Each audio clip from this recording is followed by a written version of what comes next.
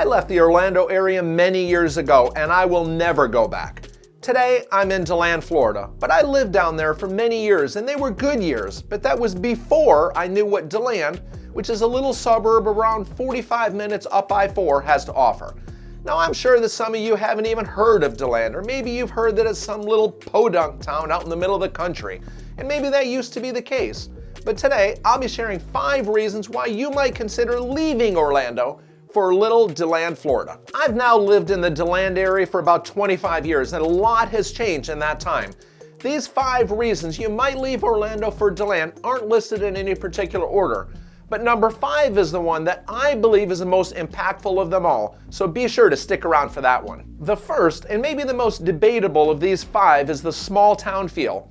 Now, I say it's debatable because while I can't really quantify this, its presence is clear in Deland. While Deland does have a few chain restaurants, they've got a Walmart, a Lowe's, and new construction seems to be happening on every piece of vacant land, Deland hasn't lost its small town charm. I was in Deland just last night and it seems like it's always growing on me. I don't know what it is about a small town, but the people just seem to be more friendly. I was there at Witt's. It's this little frozen yogurt place with a kid I'm mentoring, and he really wanted to get one of those toys from one of those claw games. I don't really know what they're called. Anyways, I turned away for just a minute, and before I knew it, some elderly lady gave him enough coins to play and get his toy.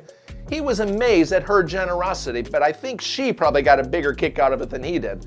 Maybe I'm spoiled, but this is a type of behavior that I've come to expect from this little town. There are so many staples here. For my family, it's the half wall on Indiana. The burgers and the cold drinks, they're really great here, and the service is pretty good too. It seems to be our kind of go-to after church on Sunday or if we're meeting friends some evening after work. We love Santorini's and Udim's and even Tom's Pizza, which I personally don't think has the best pizza, but I just love the way I feel Deland when I'm here. Want ice cream? They've got Witt's, which I just spoke of a minute ago, up on the north end, and there's Pat and Tony's right there on the boulevard, and then there's another little yogurt place too. Now maybe I eat too much, but it seems like there are just so many little eateries that give this small town feel. Stetson University is absolutely beautiful, and although we do now have a Marriott here in downtown Deland is really more about small business with all sorts of little local type shops, restaurants, and bars. Orlando surely has more nightlife than Deland, but Daytona Beach is right over 92, just 25 or 30 minutes, which equates to like 4 miles down in Orlando. Deland has several options and they're quaint. You won't have to pay for parking, and although it's not non-existent, the homeless population isn't nearly as big as it is down in Orlando, so you don't really need to worry about dealing with panhandlers when leaving one of these places late at night. There's really quite a bit to do here for such a small town. At the end of this video, I'll include a link to 7 hidden gems right here in Deland, so be sure to stick around for that. Next, let's talk about affordability, and I'm only going to address one component, and that's the cost of real estate. My team and I help home buyers and home sellers, and much of our business is up on the north end of town, where it seems like Orlando folks flock to avoid the high home prices on a regular basis. In the last month since recording this video, the average home price was around $47,000 higher down in Orlando. Now it's noteworthy too that Orlando has over 4 times as many homes as Deland that are priced at or below $200,000.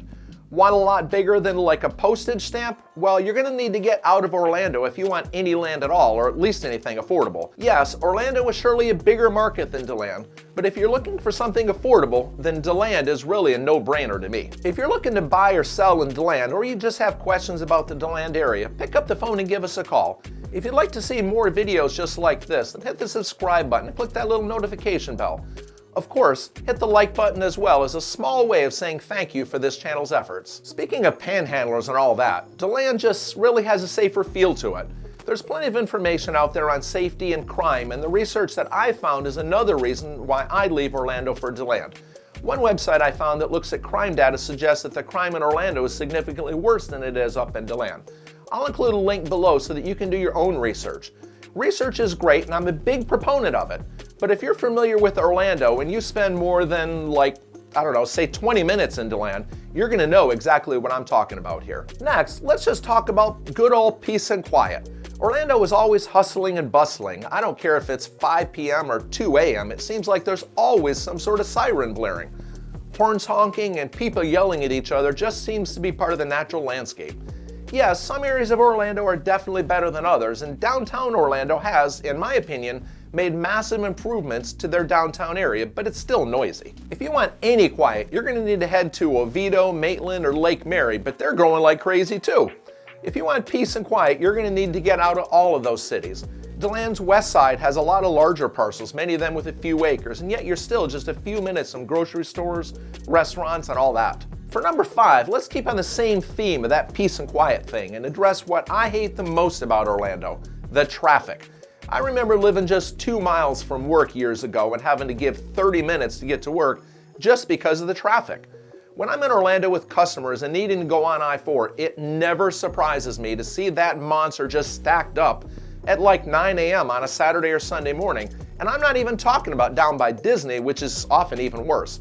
Rush hour is a real thing down in Orlando, and in my mind, rush hour starts at like 2:30 or 3 o'clock and doesn't even end till, I don't know, 7 o'clock at night. Yes, the express lanes on I-4 help, and the 417 and the 429 have also relieved congestion.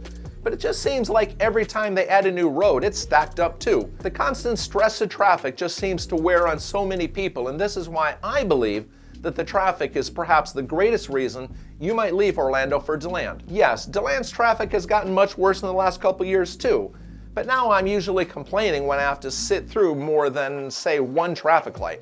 In Orlando, that's more the expectation. Those of you that are familiar with both Orlando and Deland, are there items on this list that I've left out? If so, put those in the comments section below so that we can have an unbiased view here as I struggle with finding any reason I'd ever want to live back in Orlando. Here's that video with those hidden gems that I spoke of earlier, along with another video on the Deland area. Thanks for watching, and I'll see you soon.